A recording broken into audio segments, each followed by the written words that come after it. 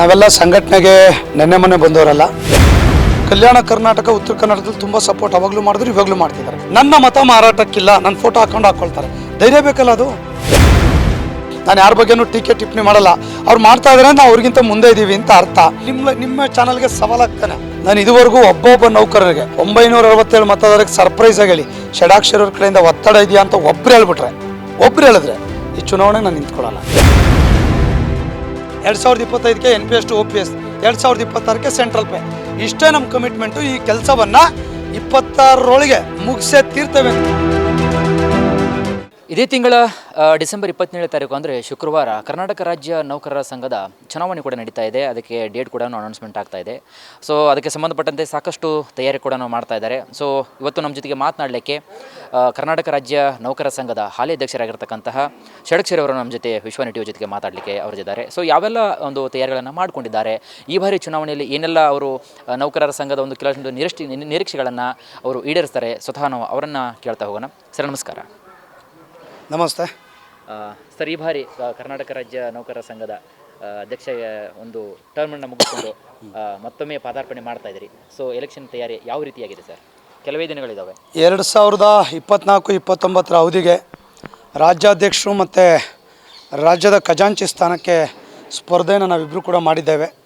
ನಾನು CS ಷಡಾಕ್ಷರಿ ಅಂತೇಳಿ ಲೆಕ್ಕ ಪರಿಶೋಧನಾಧಿಕಾರಿಯಾಗಿ ಸ್ಟೇಟ್ ಅಕೌಂಟ್ಸ್ ಡಿಪಾರ್ಟ್ಮೆಂಟಲ್ಲಿ ಕೆಲಸ ಮಾಡ್ತಾಯಿದ್ದೇನೆ. ಇವರು ಅಸಿಸ್ಟೆಂಟ್ ಅಡ್ಮಿನಿಸ್ಟ್ರೇಟಿವ್ ಆಫೀಸರ್ ಆಗಿ ಆರೋಗ್ಯ ಇಲಾಖೆಯಲ್ಲಿ ಕೆಲಸವನ್ನು ಮಾಡ್ತಾ ಇದ್ದಾರೆ. ನಾವೆಲ್ಲ ಸಂಘಟನೆಗೆ ನೆನ್ನೆ ಮೊನ್ನೆ ಬಂದವರಲ್ಲ. ಕಳೆದ 25 ವರ್ಷಗಳಿಂದ ಇಬ್ಬರು ಸಂಘಟನೆಯಲ್ಲೇ ಇದ್ದೇವೆ. ಸಂಘಟನೆಯಲ್ಲೇ ತಾಲೂಕು, ಜಿಲ್ಲೆ, ರಾಜ್ಯದಲ್ಲಿ ಕೆಲಸವನ್ನು ಮಾಡಿದ್ದೇವೆ. ಸೊ ಹಾಗಾಗಿ ಇವತ್ತು ಒಳ್ಳೆಯ ಒಂದು ವಾತಾವರಣ ನಿರ್ಮಾಣ ಆಗಿದೆ. ಜನ ನಿರೀಕ್ಷೆ ಮಾಡ್ತಾರೆ. ಕೆಲಸ, ಸೇವೆ, ಆಮೇಲೆ ಜೊತೆಗೆ ನಾವು ಮಾಡುವಂಥ ಇನ್ವಾಲ್ವ್ಮೆಂಟ್ ಮತ್ತು ಏನೇನು ಹೊಸ ಯೋಜನೆಗಳಿದೆ ಅದೆಲ್ಲದೂ ಗುರುತಿಸ್ತಾರೆ. ಕಂಪ್ಯಾರಿಸನ್ ಮಾಡಿದಾಗ ನಿಮ್ಗೆ ಗೊತ್ತಾಗ್ತದೆ, ಇಡೀ ರಾಜ್ಯದಾದ್ಯಂತ ಒಂದು ಅಭೂತಪೂರ್ವವಾಗಿರುವಂಥ ಒಂದು ಬೆಂಬಲ ವ್ಯಕ್ತವಾಗಿದೆ. ಹೇಗೆ ವ್ಯಕ್ತವಾಗಿದೆ ಅಂದರೆ, ಒಂದು ಪ್ರೀತಿ, ಮನಸ್ಸನ್ನು ಯಾವುದೇ ರೀತಿಯ ಶ್ರಮವನ್ನು ಹಾಕಿ ಕೊಂಡ್ಕೊಳ್ಳೋಕ್ಕಾಗಲ್ಲ, ಪ್ರೀತಿ ಅಭಿಮಾನವನ್ನು ಕೊಂಡ್ಕೊಳ್ಳಿಕ್ಕೆ ಸಾಧ್ಯ ಇಲ್ಲ. ಆ ರೀತಿಯಾಗಿರುವಂಥ ವಾತಾವರಣ ಇಡೀ ರಾಜ್ಯದಲ್ಲಿ ನಿರ್ಮಾಣವಾಗಿದೆ. ವಿಶೇಷವಾಗಿ ಏನು ಚುನಾವಣೆ ನಡೀತಾ ಇದೆ, 967 ಮತದಾರರು. ನಾನು 2019 ಚುನಾವಣೆ ನಿಂತಾಗ 512 ಮತದಾರರು, 50% ಇತ್ತು. ಆವಾಗಲೇ ಕೂಡ ತುಂಬ ಚೆನ್ನಾಗಿತ್ತು. ವಿಶೇಷವಾಗಿ ಕಲ್ಯಾಣ ಕರ್ನಾಟಕ ಉತ್ತರ ಕರ್ನಾಟಕದಲ್ಲಿ ತುಂಬ ಸಪೋರ್ಟ್ ಅವಾಗಲೂ ಮಾಡಿದ್ರು, ಇವಾಗಲೂ ಮಾಡ್ತಿದ್ದಾರೆ. ಕಳೆದ ಬಾರಿ ನನಗೆ ಹಳೆ ಮೈಸೂರು ಭಾಗ ಬೆಂಗಳೂರಿನಲ್ಲಿ ತುಂಬ ಕಡಿಮೆ ಇತ್ತು, ಬಿಲೋ 50 ಇತ್ತು. ಇವತ್ತು ಆ ವಾತಾವರಣ ವರ್ಷ ಆಗಿದೆ. ನಾನು ಹೇಳಿದ್ಮೇಲೆ ಬಿಲೋ 50 ಇದ್ದಿದ್ದು ಅವರೆಷ್ಟು ತಗೊಂಡು ವರ್ಷ ಆಗಿದೆ. ಸೊ ಹಾಗಾಗಿ ಎಲ್ಲ ಒಂದು ಕಡೆ ನಾವೇನು ನಿರೀಕ್ಷೆಗಳನ್ನ ಇಟ್ಕೊಂಡಿದ್ದೇವೆ, ಅತಿ ಹೆಚ್ಚಿನ ಬಹುಮತದಿಂದ ಗೆಲ್ತೇವೆ. ಕಾರಣ ಇಷ್ಟೇ, ಸಾಕಷ್ಟು ಕೆಲಸಗಳನ್ನು ಮಾಡಿದ್ದೇವೆ. ಸುಮಾರು 25-30 ಆದೇಶಗಳು ಮಾಡಿಸಿದ್ದೇವೆ. 40 ವರ್ಷಗಳ ಕಾಲಘಟ್ಟದಲ್ಲಿ ಆಗದೇ ಇರೋ ಕೆಲಸ. ಅದರ ಜೊತೆ ಇವತ್ತು ನೌಕರ ಜೊತೆ ವಿಶ್ವಾಸವನ್ನು ಇಟ್ಕೊಂಡು ಕೆಲಸ ಮಾಡುವಂಥ ಎಲ್ಲ ಸಂಗತಿಗಳಿದೆ. ಜೊತೆಗೆ ಆಡಳಿತ ವಿರೋಧಿ ಅಲೆ ಇಲ್ಲ. ಯಾವತ್ತೂ ಒಂದು ಸರ್ಕಾರಗಳು, ಪಕ್ಷಗಳು ಬದಲಾವಣೆ ಆಗೋದು ಪಾಲಿಟಿಕ್ಸಲ್ಲಿ ಆಗಿ ನೋಡ್ತಾ ಇರ್ತೇವೆ, ಆಡಳಿತ ವಿರೋಧಿ ಅಲೆ ಅಂತ ಹೇಳ್ತೀವಿ. ಸೊ ಇಡೀ ರಾಜ್ಯದಲ್ಲಿ ಎಲ್ಲೂ ಕೂಡ ಒಂದು ಕಪ್ಪು ಚುಕ್ಕೆ ಇಲ್ಲದೆ, ಎಲ್ಲೂ ಕೂಡ ಸರಿ ಇಲ್ಲಪ್ಪ ಇವ್ರು ಕೆಲಸ ಮಾಡ್ತಾಯಿಲ್ಲ, ಇವರು ಆ ಥರದ ಒಂದೇ ಒಂದು ಭಾವನೆ ಸಾರ್ವಜನಿಕ ವಲಯದಲ್ಲಿ, ನೌಕರ ವಲಯದಲ್ಲಿ ಸಾರ್ವಜನಿಕವಾಗಿ ಬರದ ರೀತಿಯಲ್ಲಿ ಇವತ್ತು ಕೆಲಸ ಮಾಡಿರುವಂಥ ಕಾರಣ. ಅದ್ರ ಜೊತೆ ಇಡೀ ರಾಜ್ಯವನ್ನು ಪ್ರತಿ ಜಿಲ್ಲೆಗೆ ಕನಿಷ್ಠ 5 ಬಾರಿ, ತಾಲೂಕಿಗೆ ಒಂದೊಂದು ಬಾರಿ ಟೂರ್ ಮಾಡಿರುವಂಥ ಒಂದು ಹೆಗ್ಗಳಿಕೆ ಹೆಮ್ಮೆದೆ. ಹೋಗಿದ್ದೇವೆ, ಮಾತಾಡಿಸಿದ್ದೇವೆ, ಸ್ಪಂದಿಸಿದ್ದೇವೆ.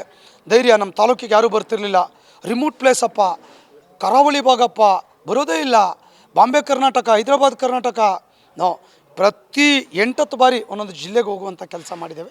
ಇದೆಲ್ಲದೂ ಕೂಡ ಕೌಂಟ್ ಆಗಿದೆ. ಸೊ ಈ ಎಲ್ಲಗಳ ವಿಚಾರಗಳ ಆಧಾರದ ಮೇಲೆ ಪ್ರಬುದ್ಧ ಮತದಾರರು, ಅವ್ರು ಇಂಟೆಲೆಕ್ಚುಯಲ್ ಇದ್ದಾರೆ, ಎಲ್ಲೂ ಯಾವುದೇ ಆಮಿಷಗಳಿಗೆ, ಕೆಲವರೆಲ್ಲ ವಾಟ್ಸಪ್ಪಲ್ಲಿ ಹಾಕ್ತಾಯಿದ್ದಾರೆ, ನನ್ನ ಮತ ಮಾರಾಟಕ್ಕಿಲ್ಲ, ನನ್ನ ಫೋಟೋ ಹಾಕ್ಕೊಂಡು ಹಾಕ್ಕೊಳ್ತಾರೆ. ಧೈರ್ಯ ಬೇಕಲ್ಲ ಅದು. ಬಟ್ ಎದುರುಗಡೆ ಗುಂಪಿನವ್ರದ್ದು ಹಾಕಬೇಕಲ್ಲ, ಆ ಥರ ಸಾಧ್ಯ ಇಲ್ಲ ಹಾಕೋಕ್ಕೆ. ಯಾಕಂದ್ರೆ ಅವೆಲ್ಲ ಬೇರೆ ಬೇರೆ ಥರ ವ್ಯವಸ್ಥೆಗಳು ಏನೇನೋ ಇರ್ತದೆ. ಅವೆಲ್ಲ ಚುನಾವಣೆ ಅಂದಾಗ ಪ್ರಚಾರ, ಅಪಪ್ರಚಾರ ಎಲ್ಲದೂ ಬರ್ತದೆ. ಆ ಎಲ್ಲದನ್ನು ಮೀರಿರುವಂಥ ಇದು ಚುನಾವಣೆ ಆಗಿದೆ. ನಾನು ಯಾರ ಬಗ್ಗೆನೂ ಟೀಕೆ ಟಿಪ್ಪಣಿ ಮಾಡಲ್ಲ. ಅವರು ನನ್ನ ಬಗ್ಗೆ ಟೀಕೆ ಮಾಡ್ತಾಯಿದ್ದಾರೆ, ನಾನು ಎಲ್ಲೂ ಟೀಕೆಗಳನ್ನ ಇದುವರೆಗೂ ಮಾಡಿಲ್ಲ. ಅವ್ರು ಮಾಡ್ತಾಯಿದ್ದಾರೆ, ನಾವು ಅವ್ರಿಗಿಂತ ಮುಂದೆ ಇದ್ದೀವಿ ಅಂತ ಅರ್ಥ. ಯಾತಕ್ಕಾಗಿ ಟೀಕೆ ಮಾಡ್ತಾರೆ? ಇತಿಹಾಸದ ಬಗ್ಗೆ ಚರ್ಚೆಗಳನ್ನು ಮಾಡೋದಿಲ್ಲ, ವರ್ತಮಾನದ ಬಗ್ಗೆ ಅವರೆಲ್ಲೂ ಹೇಳೋದಿಲ್ಲ, ಹಿಂಗೆ ಮಾಡ್ತೀವಿ ಹಿಂಗಿಂತ. ಮತ್ತು ಭವಿಷ್ಯದಂತೂ ಬಿಗ್ ಝೀರೋ. ಅಲ್ಲಿ ಚುನಾವಣಾ ಪ್ರಚಾರದಲ್ಲಿ ಟೀಕೆಗಳು ನಮ್ಮ ಆ ಥರದ್ದು ಹೇಳೋದು ಬಿಟ್ಟರೆ, ನಾನು ಮುಂದೆ ಹಿಂಗೆ ಮಾಡ್ತೀನಿ ಅಂತ ಹೇಳ್ತಾ ಇಲ್ಲ ಅವರು. ಸೊ ನಾವೀಗ ಮಾಡಿರೋದು ನೌಕರ ಕಣ್ಣು ಮುಂದೆ ಇದೆ. ನಮ್ಮ ಮ್ಯಾನಿಫೆಸ್ಟೋಗೆ ಬಿಡುಗಡೆ ಮಾಡ್ತೇವೆ, ನೀವು ಕೂಡ ನೋಡಿ. ಗೊತ್ತಾಗ್ತದೆ. ಸೊ ಹಾಗಾಗಿ ಇದೆಲ್ಲರ ವಿಚಾರ. ಇದ್ರ ಜೊತೆ ನಾನು ಕೂಡ ಕಳೆದ ಬಾರಿ ಸ್ಪರ್ಧೆ ಮಾಡಿದಾಗ ಮಧ್ಯ ಕರ್ನಾಟಕದಿಂದ ಸ್ಪರ್ಧೆ ಮಾಡಿದೆ, ಶಿವಮೊಗ್ಗದಿಂದ. ಸೊ ಈ ಬಾರಿ ನಾನು ಮಧ್ಯ ಕರ್ನಾಟಕದ ಜೊತೆ ಬೆಂಗಳೂರು ಕೂಡ ಈ ಭಾಗನೂ ಕೂಡ ನಾನು ಕೋರ್ಡಿನೇಟ್ ಮಾಡ್ತಾಯಿದ್ದೀನಿ. ಇದು ಒಂದು ಈ ರೀಜನ್ ಅಂತ ಕರಿತೀವಿ ಇಲಾಖೆಯಲ್ಲಿ.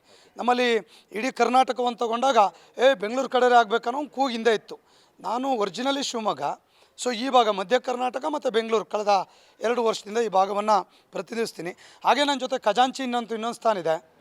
ಇದುವರೆಗೆ ಉತ್ತರ ಕರ್ನಾಟಕಕ್ಕೆ 102 ವರ್ಷಗಳ ಈ ಸಂಘಟನೆ ಹೋರಾಟದಲ್ಲಿ ಕಲ್ಯಾಣ ಕರ್ನಾಟಕ, ಉತ್ತರ ಕರ್ನಾಟಕ ಒಂದೇ ಒಂದು ಸೀಟು ಕೂಡ ಚುನಾಯಿತ ಸ್ಥಾನ ಕೊಟ್ಟಿರಲಿಲ್ಲ.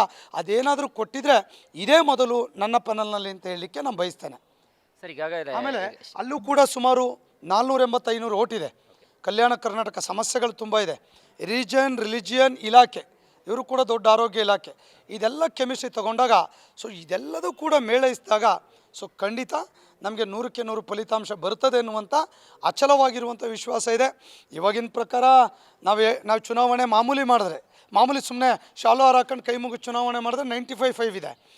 ಇನ್ನೇನೇನೋ ಕೆಲವು ಫ್ಯಾಕ್ಟ್ರಸ್ಗಳು ನಿಮಗೆಲ್ಲ ಗೊತ್ತಿರುತ್ತೆ. ಚುನಾವಣೆ ಅಂದರೆ ನಮ್ದು ಯಾವುದೂ ಫ್ಯಾಕ್ಟ್ರಿ ಇಲ್ಲ, ನಮ್ಮ ಕೆಲಸನೇ ಫ್ಯಾಕ್ಟ್ರು, ನಮ್ಮ ಸರ್ವೀಸೇ ಫ್ಯಾಕ್ಟ್ರು, ನಮ್ಮ ಮಾತಾಡ್ಸೋದೇ ನಮ್ಮ ಫ್ಯಾಕ್ಟ್ರು.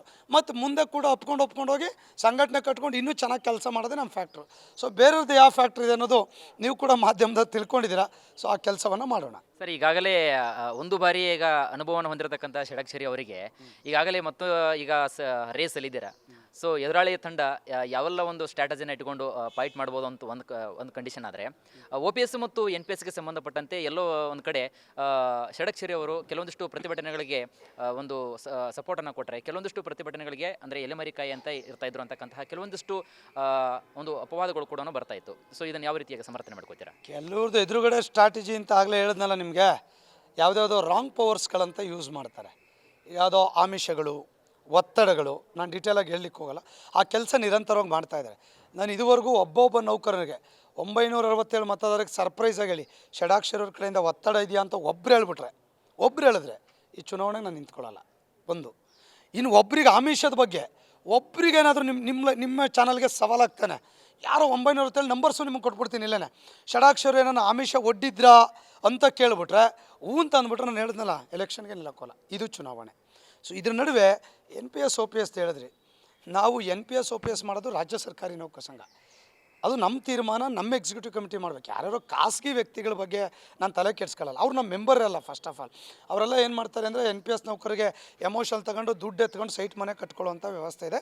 ಹಾಗಾಗಿ ನಾನು ಅವ್ರ ಬಗ್ಗೆ ಟಿಕೆಟ್ ಇಂಪ್ರೂವ್ ಮಾಡಲ್ಲ. ಇವತ್ತು ಅವ್ರ ಪರಿಸ್ಥಿತಿ ನಮ್ಮ ಸಂಘದ ಸದಸ್ಯರಲ್ಲ, ವಿಚಾರ ಬೇರೆ. ನಾವು NPS ಕಾಲಘಟ್ಟದಲ್ಲಿ ಸಾಕಷ್ಟು ಸಂಘಟನೆ ಮಾನಸಿಕವಾಗಿ ರೆಡಿ ಮಾಡೋದೆಲ್ಲ ಮಾಡಿದ್ವಿ. ಬಟ್ ಕೆಲವು ರಾಜ್ಯಗಳಲ್ಲಿ ನಾನು ಅಧ್ಯಕ್ಷನಾದಾಗ ಇನ್ನೂ ಕೂಡ OPS ಆಗಿರಲಿಲ್ಲ ಕೆಲವು ರಾಜ್ಯದಲ್ಲಿ. ನಾನು ಆಗ 2-3 ವರ್ಷಕ್ಕೆ ಒಂದು ರಾಜ್ಯ ತೊಗೊಂಡ್ರೆ ಹಿಂಗೆ ಬಂದು ಈಗ 4-5 ರಾಜ್ಯಕ್ಕೆ ಬಂದು ನಿಂತ್ಕೊಂಡಿದೆ. ಇದ್ರ ನಡುವೆ UPS ಅಂತ ಹೇಳಿ ಸೆಂಟ್ರಲ್ ಗೌರ್ಮೆಂಟ್ ಕೂಡ ತಂದಿದೆ. ಇದ್ರ ನಡುವೆ ನಮ್ಮದು 7th ಪೇ ಕಮಿಷನ್ ಕೂಡ ಡ್ಯೂ ಇತ್ತು. 2 ಹೆಲ್ತ್ ಸ್ಕೀಮ್ 3 ಇತ್ತು. 3 ಇಟ್ವಿ ಸರ್ಕಾರದ ಮುಂದೆ. 1/3/23 ಸ್ಟ್ರೈಕ್ ಕೂಡ ಮಾಡಿದ್ವಿ. ಪಾಪ ಇವ್ರು ಹೇಳಿದ್ರಲ್ಲ, ಇವ್ರು ಯಾರು ಹೋರಾಟ ಅಂತ ಹೇಳಿ ಸ್ಟ್ರೈಕ್ ಮಾಡಿ ಅಧಿಕೃತವಾಗಿ ಸರ್ಕಾರದಿಂದ ಒಂದು ಆದೇಶ ತೊಗೊಂಡ್ಬಂದ್ವಿ. ಈ NPS OPS ಮಾಡೋಕ್ಕೆ ಅಧ್ಯಯನ ಮಾಡಲಿಕ್ಕೆ ಒಂದು ಕಮಿಟಿಯನ್ನು ಬಸವರಾಜ ಬೊಮ್ಮಾಯಿ ವಿರುದ್ಧ ಅಧಿಕೃತವಾಗಿ ಆದೇಶ ತೊಗೊಂಡು ಸ್ಟ್ರೈಕ್ ವಿಡ್ರಾ ಮಾಡಿದ್ವಿ. ಅದು ನಮ್ಮ ಹೋರಾಟ. ಭಾಳ ಜನ ಏನೇನೋ ಹೋರಾಟ ಮಾಡಿ ಪಾಪ ಅಲ್ಲಿ ಏನೇನೋ ಮಾಡಿದ್ರಲ್ಲ ಗೊತ್ತಿದೆ. ಒಂದು ಮನವಿ ತಗೊಳಕ್ಕೆ ಸರ್ಕಾರ ಬರಲಿಲ್ಲ ರೀ, ನಾವು ಆದೇಶ ತೊಗೊಂಡು ಹೊರಗೆ ಬಂದ್ವಿ. ಏನೇ ಆಗಲಿ ಕಣ್ರಿ, ಆರ್ಡ್ರ್ ಅಂತಂದರೆ ಒಂದು ಕಮಿಟಿ ಅಪ್ಪ, ದಟ್ಸ್ ಆಲ್ಸೋ ಒಂದು ಸ್ಟೇಜ್ ಅಲ್ವಾ, ಅದು ಸ್ಟೆಪ್ಪು.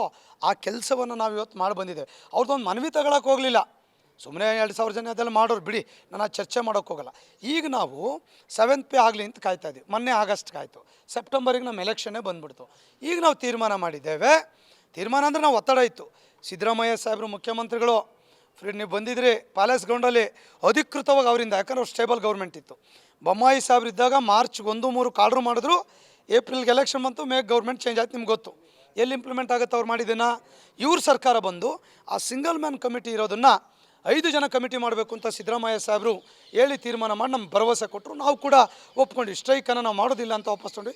ಈ ಕಮಿಟಿ ಆಗಿದೆ. ಡಾಕ್ಟರ್ ಅಂಜುಮ್ ಪರ್ವೇಜ್ ಅವರು ಇರ್ಬೋದು, ರೇಜು ಸರ್ ಇರ್ಬೋದು, ಆದಿತ್ಯ ಅಮ್ಲಾನ್ ಬಿಸ್ವಾಸ್ ಇರ್ಬೋದು, ಎಲ್ಲ AS ಆಫೀಸರ್ಗಳು ಕೂಡ ಈ ಜನ ಇದ್ದಾರೆ. 2 ಮೀಟಿಂಗ್ ನಡೆದಿದೆ. ಮೊನ್ನೆ ಎಲ್ಲ ಕ್ವಶನ್ ಮುಖ್ಯಮಂತ್ರಿಗಳು ಆನ್ಸರ್ ಕೂಡ ಮಾಡಿದ್ದಾರೆ. 2 ಮೀಟಿಂಗ್ ಆಗಿದೆ.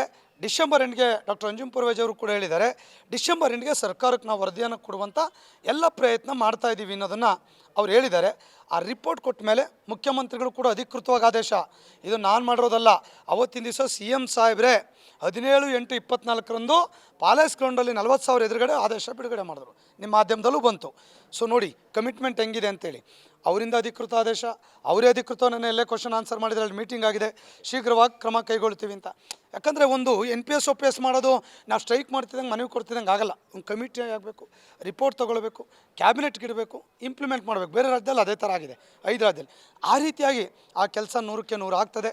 ಆ ಕೆಲಸವನ್ನು ನಾವು ಮಾಡಿಸೋ ಸರ್ಕಾರ ಕೂಡ ಹೇಳಿದೆ ನಮಗೆ. ಸೊ ದಯಮಾಡಿ ಸ್ಟ್ರೈಕ್ ಮಾಡಬೇಡಿ, ನಿಮ್ಮ ಡಿಮ್ಯಾಂಡ್ ಟೈಮ್ ಬೇಕು, ರಿಪೋರ್ಟ್ ತೊಗೊಂಡು ನಾವು ಅದನ್ನು ಸ್ಟಡಿ ಮಾಡಿ ಕ್ಯಾಬಿನೆಟಿಗೆ ತಂದು ಮಾಡ್ತೀವಿ ಅಂತ. ಸೊ ಯಾಕೆ ಸ್ವಾಮಿ ಇವ್ರು ಮಾಡಲಿಲ್ಲ? ಮಾಡಬೇಕಲ್ಲ ಸರ್. ಈಗ ಕೆಲವೊಂದಿಷ್ಟು ಸಂದರ್ಶನಗಳಲ್ಲಿ ತಾವು ಹೇಳ್ತಾ ಇದ್ದಾರೆ, ನನ್ನ ಅವಧಿಯಲ್ಲಿ ಈಗ ಟಾಪ್ 22 ಸ್ಟೇಟ್ಗಳ ಲಿಸ್ಟಲ್ಲಿ ಕಡಿಮೆ ಪರ್ಸೆಂಟೇಜನ್ನು ಒಂದು ಸಂಬಳವನ್ನು ತೆಗೆದುಕೊಂಡು ನಮ್ಮ ರಾಜ್ಯದ ನೌಕರರು ಈಗ ಟಾಪ್ 5 ಅಲ್ಲಿ ಕೇಂದ್ರ ಮಟ್ಟದಲ್ಲಿ ಟಾಪ್ 5 ಅಲ್ಲಿ ಇದ್ದೀರಾ ಅಂತ ಹೇಳಿದರು. ಸೊ ಈ ಒಂದು ಟರ್ಮಲ್ಲಿ ಷಡಕ್ಷರಿ ಅವರು ಟಾಪ್ 1ಗೆ ತರತಕ್ಕಂತಹ ಸಾಧ್ಯತೆ ಏನಾದರೂ ಇದೆಯಾ? ಒಂದು ಪ್ರಶ್ನೆ ಆದರೆ, ಇನ್ನೊಂದು 7th ಪೇ ಅಂತಕ್ಕಂಥದ್ದು ಕೇವಲ ರಾಜ್ಯ ಸರ್ಕಾರದ ನೌಕರರಿಗೆ ಕೇವಲ ಬೆರಳೆಣಿಕೆಯಾಗಿದೆ ಅಥವಾ ಮೂಗಿಗೆ ತುಪ್ಪ ಹಚ್ಚತಕ್ಕಂತಹ ಕೆಲಸವನ್ನು ಆಗತ್ತ ಅಂತಕ್ಕಂಥದ್ದು ಕೆಲವೊಂದಿಷ್ಟು ನೆಗೆಟಿವ್, ಅಂದರೆ ನಿಮ್ಮ ಒಂದು ಎದುರಾಳಿ ತಂಡಗಳಿಂದ ಬರ್ತಕ್ಕಂತಹ ಪ್ರಶ್ನೆಗಳು, ಇದನ್ನು ಯಾವ ರೀತಿಯಾಗಿ ಸಮರ್ಥಿಸ್ಕೊಳ್ತೀವಿ? ಈಗ ನೀವು NPS ಬಗ್ಗೆ ಒಂದು ಕ್ಲಾಸ್ ಬಿಟ್ಟೆ, ನಾವೀಗ ಸ್ಪಷ್ಟವಾಗಿ ತೀರ್ಮಾನ ಮಾಡಿದ್ದೀವಿ. 2025ನೇ ವರ್ಷ ನಿರ್ಣಾಯಕ ವರ್ಷ, NPS to OPS ಆಗೋ ವರ್ಷ ಅಂತ ನಾವು ತೀರ್ಮಾನ ತೊಗೊಂಡಿದ್ದೀವಿ.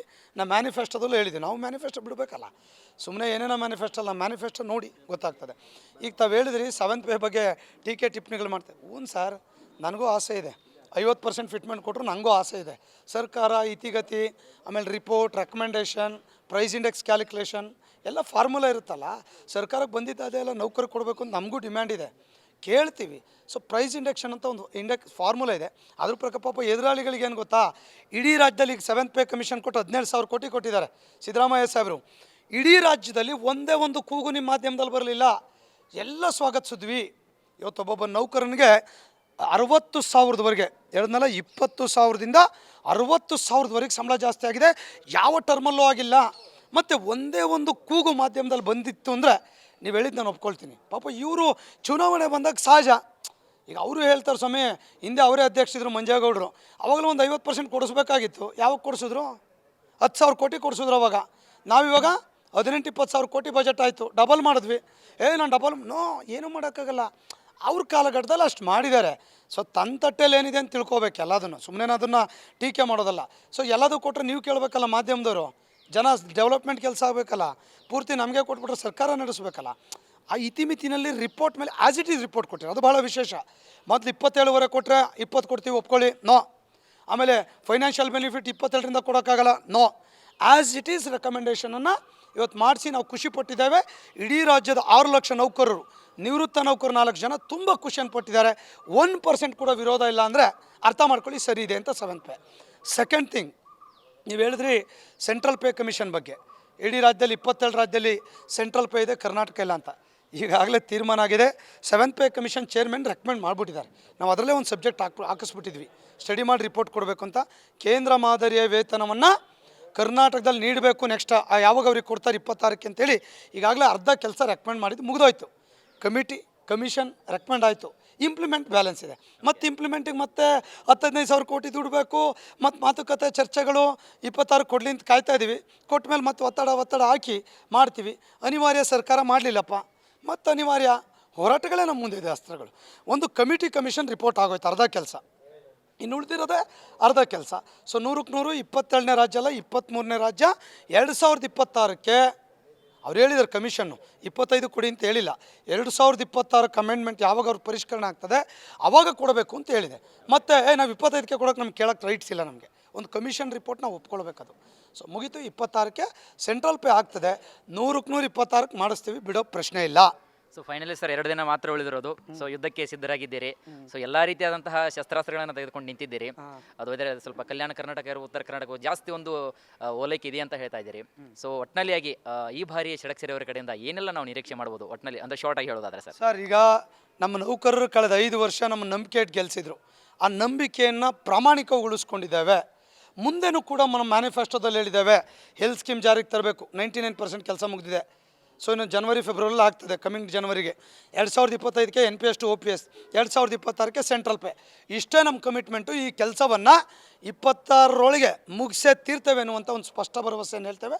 ಮತ್ತು ರಾಜ್ಯದ ನೌಕರರು ಷಡಾಕ್ಷರಿ ಮತ್ತು ನಾಗರಾಜ್ ಜುಮ್ಮನವ್ರಿಗೆ ಓಟ್ ಹಾಕಿ ನಾವು ಮೋಸ ಮಾಡ್ಕೊಂಡೆ ಅಂತೇಳಿ ಒಂದು ದಿನ ಅಂದ ರೀತಿಯಲ್ಲಿ ನಾವು ಸೇವೆಯಿಂದ ಕೆಲಸ ಮಾಡ್ತೇವೆ ಬಿಟ್ಟರೆ ಬೇರೆ ಏನೂ ನಮ್ಮ ಮಾಡಲಿಕ್ಕಾಗಲ್ಲ. ಆ ಕೆಲಸ ಮಾಡ್ತೀವಿ. ಎದುರಾಳಿ ತಂಡದವರು ಸ್ವಲ್ಪ ಹೇಳೋಲ್ಲ, ಶಸ್ತ್ರ ತ್ಯಾಗ ಏನೇನೋ ಮಾಡ್ತಾರೆ ಪಾಪ. ಚುನಾವಣೆ ಅಂದರೆ ಗೆಲ್ಲಕ್ಕೆ ಏನೇನು ಮಾರ್ಗಗಳು ಬೇಕು, ಯಾಕಂದರೆ ನಂಬರ್ ಇಂಪಾರ್ಟೆಂಟ್ ಅಲ್ಲ. ಸೊ ಹಾಗಾಗಿ ಆ ಮನಸ್ಸಿನಲ್ಲಿ ನಂಬರ್ ಇದೆ ನೌಕರರಿಗೆ, ಆ ನಂಬರನ್ನು ಅವ್ರು ಉಳಿಸ್ಕೊಳ್ತಾರೆ. ಅವ್ರಿಗೆ ಕೂಡ ನಾವು ದ್ರೋಹ ಮಾಡ್ದಂಗೆ ಇಡೀ ರಾಜ್ಯದ 6 ಲಕ್ಷ ನೌಕರ ಹಿತವನ್ನು ಕಾಪಾಡೋ ಕೆಲಸವನ್ನು ನಾವಿಬ್ಬರು ಮಾಡ್ತೇವೆ. ಇವತ್ತು ಸಂಘಟನೆಯಲ್ಲಿ 22 ಕೋಟಿ ಹಣ ಉಳಿಸಿದ್ದೇವೆ. ಬಹುಶಃ ಹಣದ ಮೇಲೆ ಕೂಡ ವ್ಯಾಮೋಹ ಜಾಸ್ತಿ ಆಗಿಬಿಟ್ಟಿದೆ ಕೆಲವರಿಗೆ. ಸೊ ಇಲ್ಲಿ ಬಂಡವಾಳ ಹಾಕ್ತಾರೆ, ಅಲ್ಲಿ ತಕ್ಕೊಳ್ತಾರೆ ಅನ್ನೋ ಚರ್ಚೆಗಳು ನಡೀತಾ ಇದೆ. ಸೊ ಖಂಡಿತ ಮತದಾರರು ಅವ್ರ ದುಡ್ಡನ್ನು ಮಿಸ್ಯೂಸ್ ಮಾಡಲಿಕ್ಕೆ ಬಿಡೋದಿಲ್ಲ. ಯಾಕಂದರೆ ಸಂಘದಲ್ಲಿ ಯಾವ ಸಂಘದಲ್ಲೂ ಇಷ್ಟು ಹಣ ಉಳಿಸ್ಲಿಕ್ಕೆ ಸಾಧ್ಯ ಇಲ್ಲ. ಅದು ರಾಜ್ಯ ಇದು ಪಾರದರ್ಶಕ ಆಡಳಿತಕ್ಕೆ ಒಂದು ದಾರಿ. ಸಂಘಟನೆಯಲ್ಲಿ ಎಲ್ಲನೂ ದುಡ್ಡು ನೋಡಿದರೆ 22 ಕೋಟಿ ಹೆಂಗೆ ಸಾಧ್ಯ? ನಾನು ಬಂದಾಗ ಸಾಲದಲ್ಲಿದ್ದ ಸಂಘ ಇವತ್ತು 22 ಕೋಟಿ ಉಳಿಸೋ ಕೆಲಸ ಮಾಡಿದ್ದೀವಿ. ಆನ್ ರೆಕಾರ್ಡ್ ಯಾರ್ಯಾರು ಏನೇನೋ ಮಾತಾಡ್ತಾರೆ, ನಾನು ಚರ್ಚೆ ಮಾಡಲಿಕ್ಕೆ ಹೋಗಲ್ಲ. ಸೊ ಖಂಡಿತ ಈ ಕೆಲಸವನ್ನು ನಾವು ಮಾಡ್ತೇವೆ. ರಾಜ್ಯದ 967 ಮತದಾರರು 99% ನಮ್ಮ ಜೊತೆ ಇದ್ದಾರೆ. ಅದೇ ಖುಷಿ. ಯಾರು ಕೂಡ ಮತ ಕೇಳಕ್ಕೆ ಬರಬೇಡಿ ಅಂತ ನಮ್ಗೆ ಹೇಳ್ತಾರೆ. ನಮ್ಮ ಜವಾಬ್ದಾರಿ ನಿಮಗೆ ಗೆಲ್ಲಿಸ್ಬೇಕು, ನಿಮ್ಮಿಂದ ಕೆಲಸ ತೊಗೊಳ್ಬೇಕು ಅಂತಾರೆ. ಬಹುಶಃ ಸಾಹಿತ್ಯ, ಅನುಭವ, ಸಂಘಟನೆ ವಿಚಾರ ಇಲ್ಲದವರು ಇವತ್ತು ಎದುರಾಳಿಗಳು ಅನ್ನುವಂಥದ್ದು ಕೂಡ ನಮ್ಮ ಮುಂದಿದೆ. ಅದನ್ನು ಮತದಾರರು ನಿರ್ಣಯ ಮಾಡ್ತಾರೆ. ಯಾಕಂದ್ರೆ ನಮ್ಮ ಮುಂದೆ ಸಾಕ್ಷಿ ಇದೆ, ಎವಿಡೆನ್ಸ್ ಇದೆ ಕೆಲಸ ಮಾಡೋದು. ಸೊ ಅವ್ರು ತೀರ್ಮಾನ ಮಾಡ್ತಾರೆ ಎನ್ನುವಂಥ 100ಕ್ಕೆ 100 ವಿಶ್ವಾಸ ಇದೆ. ನಮ್ಮನ್ನು ಯಾವತ್ತೂ ನಮ್ಮಿಬ್ಬರನ್ನ ಕೈ ಬಿಡೋದಿಲ್ಲ. ಎಲ್ಲ ಕೆಮಿಸ್ಟ್ರಿ ಮ್ಯಾಚ್ ಆಗಿದೆ. ಸೊ ಖಂಡಿತ 100% ನಾವು 100ಕ್ಕೆ 100 ಜಯ ಗಳಿಸ್ತೇವೆ ಅನ್ನೋದನ್ನು ವಿಶ್ವಾಸದ ಮಾತು ಹೇಳಿ ಬಯಸ್ತಾನೆ. Thank you. ನಾವು NPS ಅನ್ನು ಜಾರಿಗೆ ತಂದೆ ತರ್ತೀವಿ. ಸೇವಪೇ ಕಮಿಟಿಗೆ ಈಗಾಗಲೇ ಒಂದು ಅನುಮೋದನೆ ಸಿಕ್ಕಿರುವಂಥದ್ದು. ಸೊ ಹಾಗಾಗಿ ಬರ್ತಕ್ಕಂತಹ ಒಂದು ಮುಂದಿನ ಒಂದು ಟರ್ಮ್ಸಲ್ಲಿ ಬದಲಾವಣೆಯನ್ನು ನಾನು ತಂದೆ ತರ್ತೀನಿ ಅಂತಕ್ಕಂತಹ ಭಾಳ ಉತ್ಸಾಹದಲ್ಲಿದ್ದಾರೆ. ಸೊ ಹಾಗಾಗಿ ಕಾದು ನೋಡಬೇಕಾಗುತ್ತೆ 27ಕ್ಕೆ ಎಲೆಕ್ಷನಲ್ಲಿ ಮತದಾರರ ಪ್ರಭುಗಳು 6 ಲಕ್ಷ ಒಂದು ನೌಕರರ ಸಂಘ ಅಂದರೆ 6 ಲಕ್ಷ ಒಂದು ಸಂಖ್ಯೆ ನಮ್ಮ ಜೊತೆಗಿದೆ. ಸೊ ಬಹಳಷ್ಟು ಉತ್ಸಾಹದಲ್ಲಿದ್ದೀನಿ ಅಂತ ಹೇಳ್ತಾ ಇದ್ದಾರೆ. ಸೊ ಕಾದು ನೋಡಬೇಕಾಗತ್ತೆ ಯಾವ ರೀತಿಯಾಗಿ ಬದಲಾವಣೆಯನ್ನು ಬಯಸ್ತಾರಾ ಅಥವಾ ಮತ್ತೆ ಇದೇ ರೀತಿಯಾದಂತಹ ಒಂದು ಅವಧಿಯನ್ನು ನಮಗೆ ಕೊಡ್ತಾರಂತಕ್ಕದನ್ನು. ಎಸ್, ಇದು ಪ್ರಮುಖ ಒಂದು ಷಡಕ್ಷರವರ ಮಾತಾಗಿತ್ತು. ಕ್ಯಾಮ್ರಾ ಪರ್ಸನ್ ಲೋಕೇಶ್ ಜೊತೆ ವೀರೇಶಂಬಿ, ಬೆಂಗಳೂರು.